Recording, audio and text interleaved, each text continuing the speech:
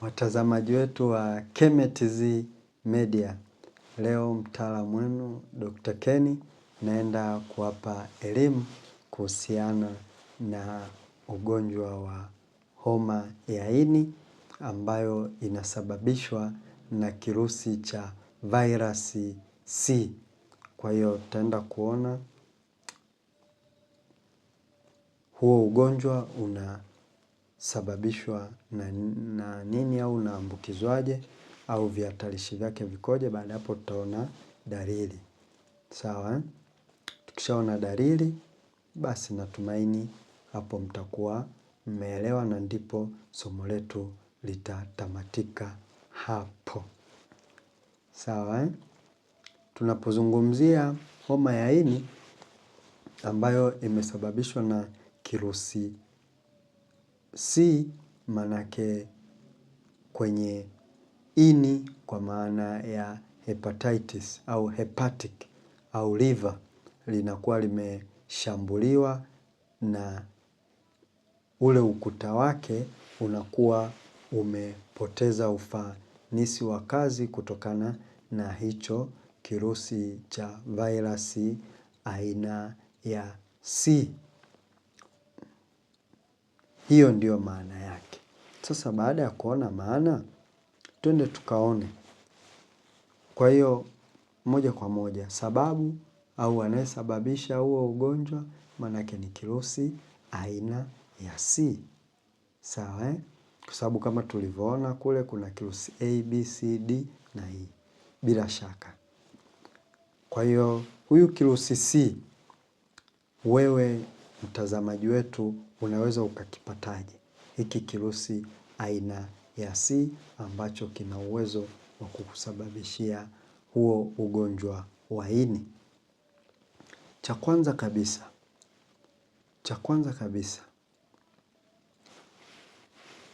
kuna watu ambao wanajichoma wenyewe sindano, sawa, au wanatumia zile dawa za kuvuta, sawa.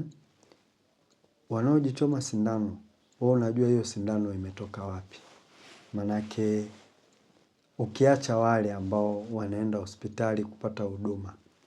Manake hapa tunazungumzia wale wanaojichoma wenyewe. Sawa?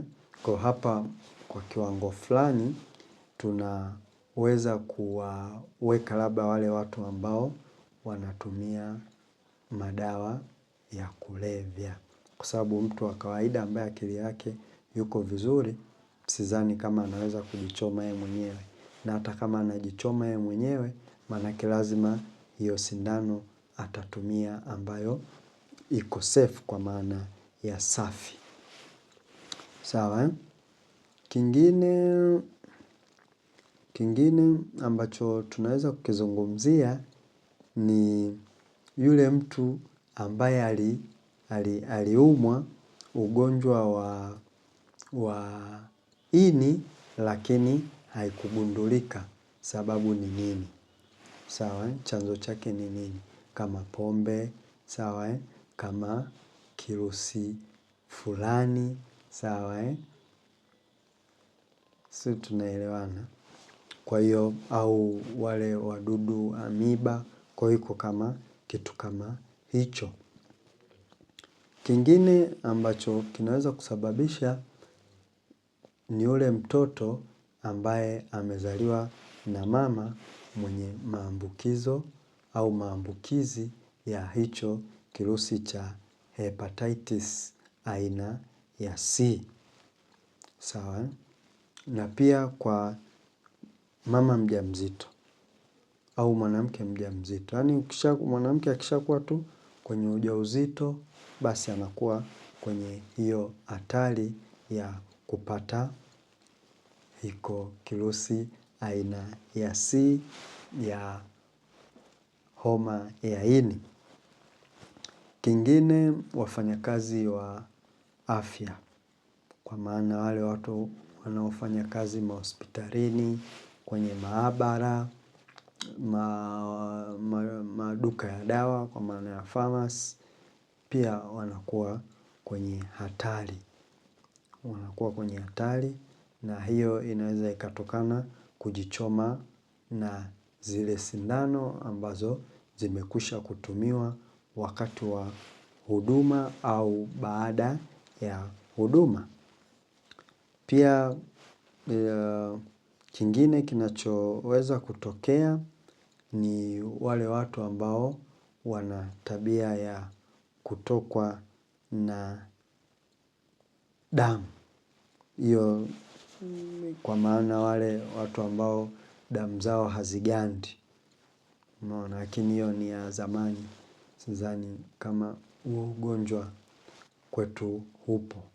Kwa hiyo watu wenye huo ugonjwa unaoitwa hemophilia pia wapo kwenye hatari.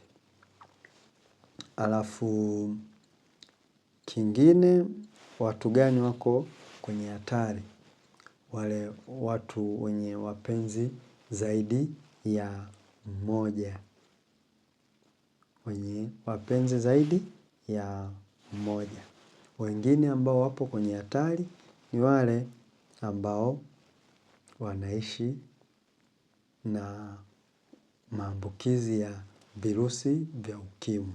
Kwa nao wako kwenye hatari ya kupata huu ugonjwa unaosababishwa na ugonjwa wa homa ya ini unaosababishwa na kirusi cha homa ya ini C.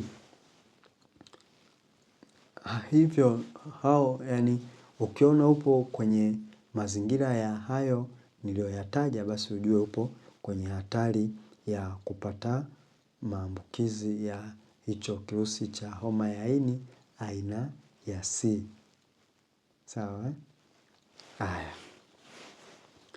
Na pia kama huu pia unaweza ukaambukizwa kwa kutumia matemate kwa maana tunaita saliva au damu. Sawa?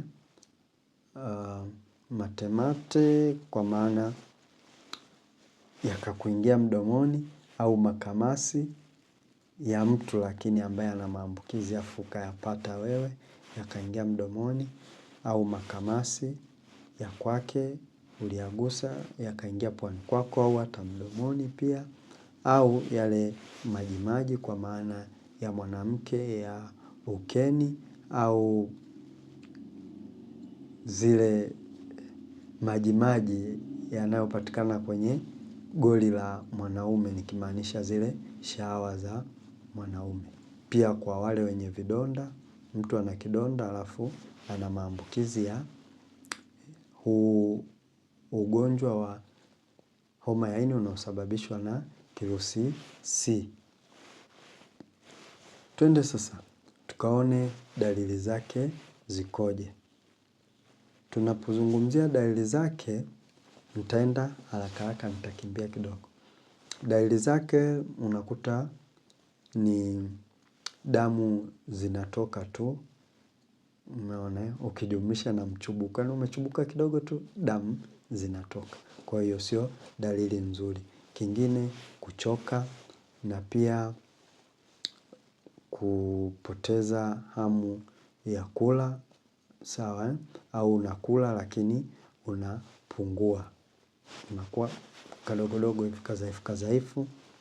Kingine ambacho kinaweza kutokea ambacho ndo muhimu, unakuta ngozi inakuwa ya njano au macho yanakuwa ya njano kwa maana macho. Sawa, macho yanakuwa ya njano. Kingine unakuta mkojo unapata sio mzuri kwa maana unakuwa mwekundu si mwekundu, mweusi si mweusi. Pia unakuwa unapata miwasho kwenye ngozi.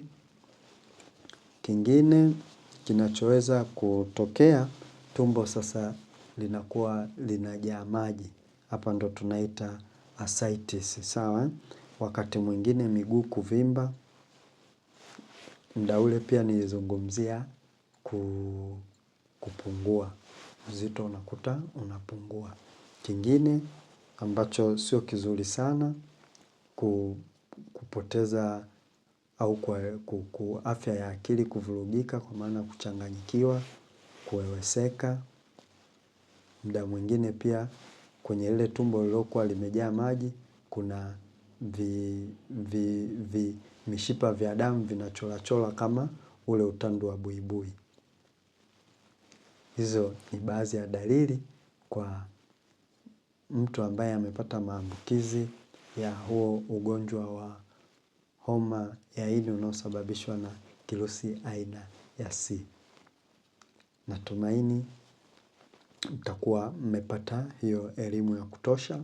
Kwa hiyo ukiona unapitia hizo dalili usipuuze, wahi hospitali, ukacheki afya yako, ukajiulize, utapata ushauri. Basi natumaini mambo yatakuwa safi. Kama utagundulika unayo huo ugonjwa basi utashauriwa matibabu mapema kadri iwezekanavyo. Kama hauna basi utaendelea kuchunguzwa zaidi ili kujua ni nini hasa kinakusumbua. Asanteni sana. Kuisha kwa mada hii ni mwanzo wa mada nyingine tena. Tukutane tena kwenye mada nyingine. Mlikuwa nami, mtaalamu wenu, Dr. Ken.